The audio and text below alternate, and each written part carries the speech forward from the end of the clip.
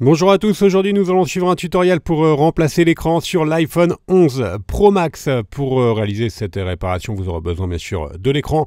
Vous retrouverez tous les écrans en vente sur notre site internet et vous avez un accès direct aux écrans en scannant le code QR. L'écran vous sera livré avec le patron d'aide au montage qui va vous aider à suivre le tutoriel.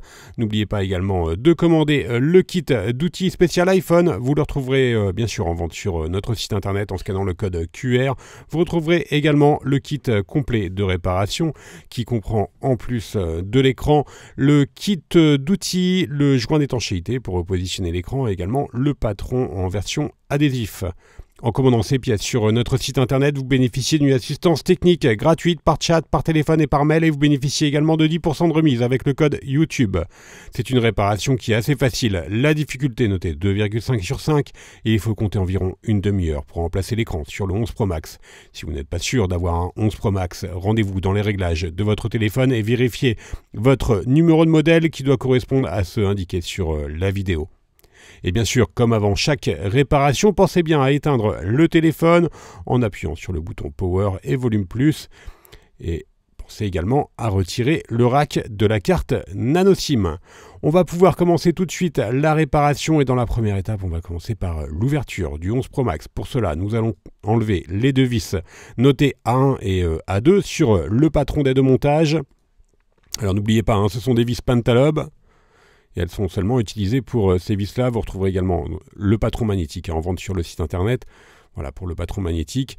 Pour vous aider à ouvrir l'iPhone 11 Pro Max, vous pouvez légèrement chauffer l'écran. Pour cela, alors c'est facultatif, vous pouvez chauffer l'écran avec un sèche-cheveux ou un décapeur thermique. Ensuite, vous positionnez la ventouse sur la partie inférieure du téléphone. Vous tirez sur la ventouse et on va créer un point d'insertion en utilisant le médiator percé. Alors vous retrouvez dans le kit d'outils, il y a deux médiators.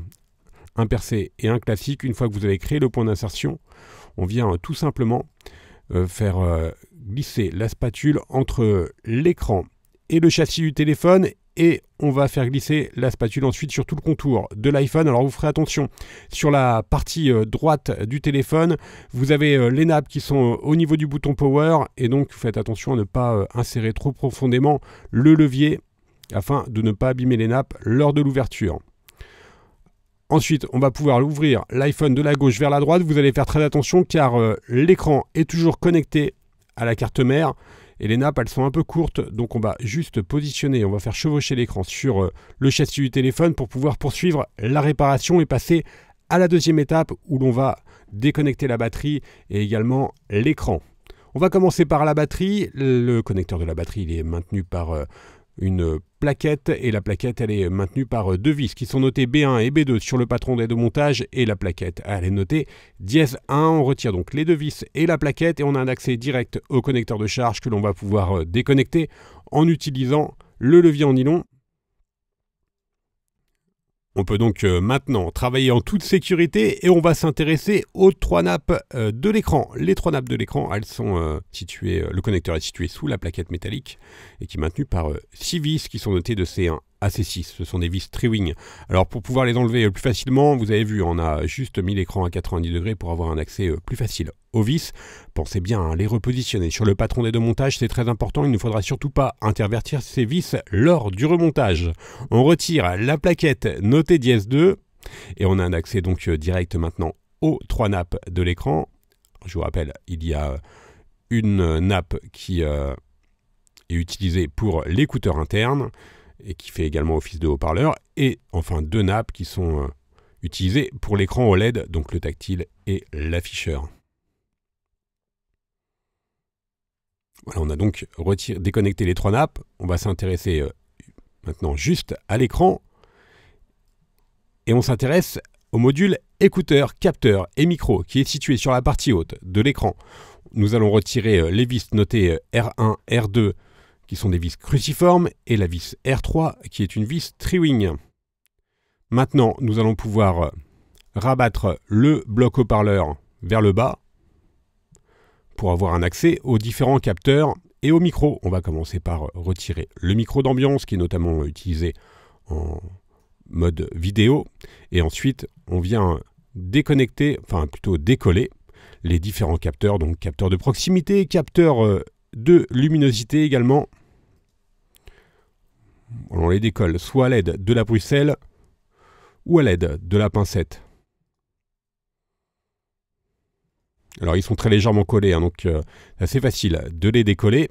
Et on peut maintenant retirer le module haut-parleur écouteur qui est noté dièse 26 sur le patron d'aide au montage.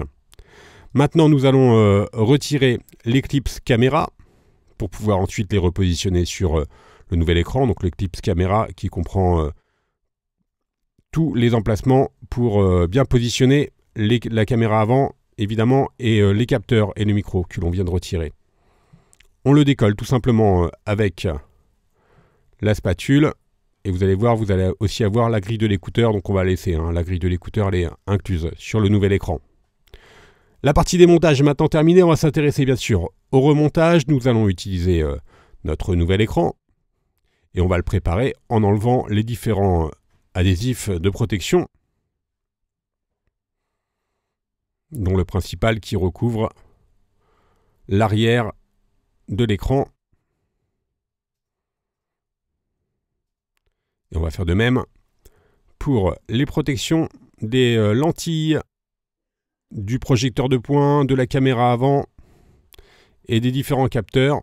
Alors on va repositionner justement les différents capteurs sur le clips caméra que l'on avait enlevé précédemment.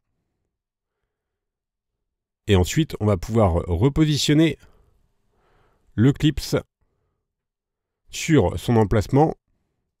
On referme le module haut-parleur et on vient tout simplement le refixer à l'aide des vis notées de R1 à R3. Voilà, une fois qu'on a bien refixé le module haut-parleur, on va pouvoir préparer le châssis pour la réception du nouvel écran. Et l'on va notamment s'intéresser aux joints d'étanchéité. Alors, je vous conseille de changer les joints d'étanchéité, ce n'est pas obligatoire.